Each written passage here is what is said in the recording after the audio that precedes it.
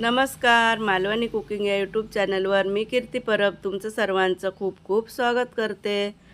तर सध्या थंडीचा सीझन सुरू झालेला आहे आणि बाजारामध्ये भरपूर प्रमाणात आवळेसुद्धा यायला लागलेले आहेत. तर या आवळ्याचे सेवन करणे हे आपल्या शरीरासाठी किंवा आरोग्यासाठी खूप फायदेशीर आहे. कारण याच्यामध्ये भरपूर प्रमाणात सी विटॅमिन्स असल्यामुळे आपल्या शरीराला त्याचा खूप फायदा होतो आणि शरीरातील सी विटॅमिन्स वाढवण्यासाठी किंवा डोळ्यांचे केसांचे आरोग्यसुद्धा सुधारण्यासाठी याचा खूप फायदा होतो.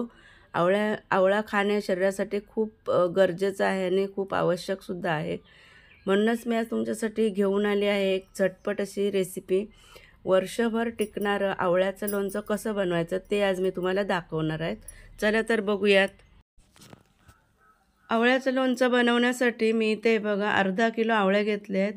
छान असे हिरवेगार बघून घेतले आहेत आधी मस्त, आणि त्याला कुठल्याही प्रकारचे डाग वगैरे असले नाही पाहिजेत.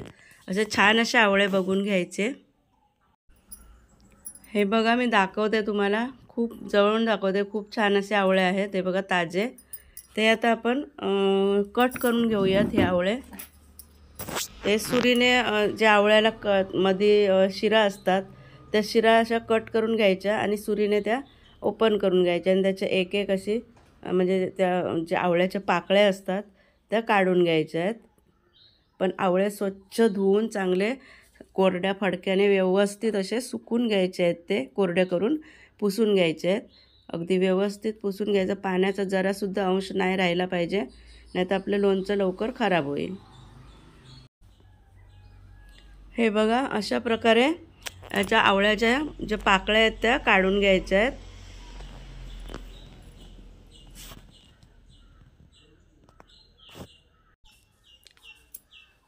हे पहा, अशा प्रकारे आवळे चिरून घ्यायचे आहेत. छान अशा त्याच्या पाकळ्या करून घ्यायच्या आहेत. हे बघा, अशा प्रकारे मी सर्व आवळे चिरून घेते. आता सर्व आवळे मी इथे चिरून घेतले आहेत. हे बघा, सर्व आवळ्याच्या फोडी करून घेतल्या आहेत. तर इथे अर्धा किलो आवळे मी चिरून घेतले आहेत. चांगले छान अशा बारीक त्याच्या फोडी करून घेतल्या आहेत. आणि त्याच्यासाठी मी इथे 2 चमचे मीठ घेतलं आहे. जो आपलं पोहे खाण्याचा जो आपला चमचा असतो ना, त्या चमच्याने 2 चमचे मीठ घेतलं आहे. त्याच्यानंतर मी इथे 4 चमचे लाल तिखट घेतलं आहे. हे बघा, 4 चमचे लाल तिखट, बेडगी मिरचीचं लाल तिखट घेतलं आहे मी. आणि इथे 150 ग्रॅम मोहरीची डाळ घेतली आहे लोणच्याची. त्याच्यानंतर मी इथे 15 ते 20 लसणाच्या पाकळ्या घेतल्या आहेत. त्याच्यानंतर इथे हिंग घेतला आहे मी 1 चमचा. 1 चमचा बडीशेप घेतली आहे. अर्धा चमचा मेथीदाणे घेतले आहेत. 1 चमचा हळद घेतली आहे. त्याच्यानंतर मी इथे पाव लिटर तेल घेतलं आहे. म्हणजे 250 ml चा हा कप आहे, तर 1 कप भरून मी इथे तेल घेतलं आहे. तर आता हे आपण जे सुके मसाले आहेत ते मिक्स करून घेऊयात थोडे. त्याच्यामध्ये मी आता मिरची पावडर टाकून घेते आहे.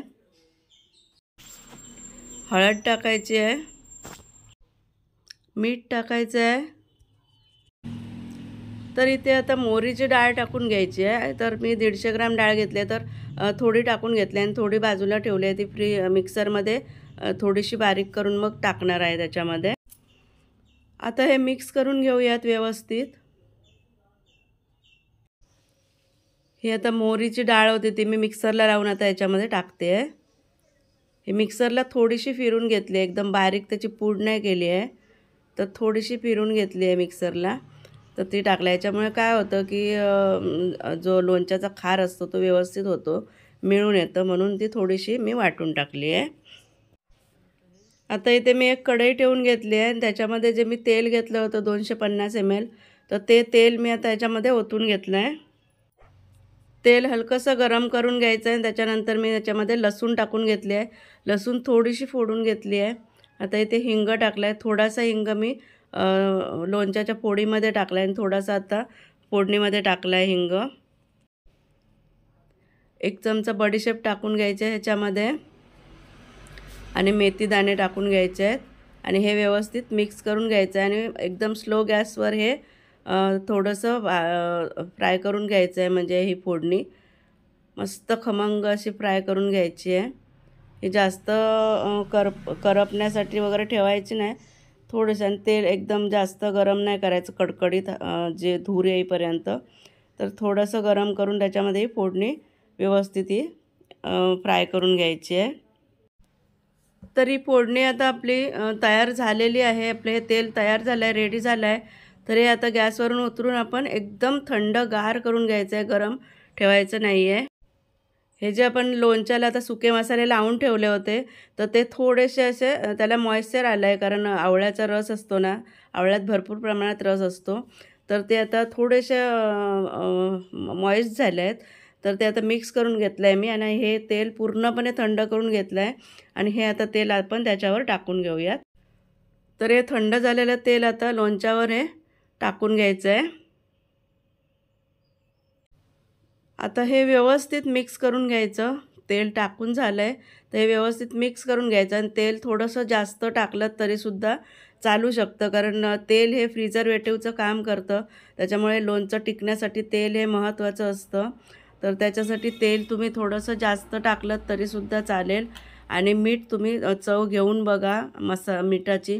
जर कमी वाटत असेल तर तुम्ही त्याच्यामध्ये आणखीन थोडंसं मीठ टाकू शकता.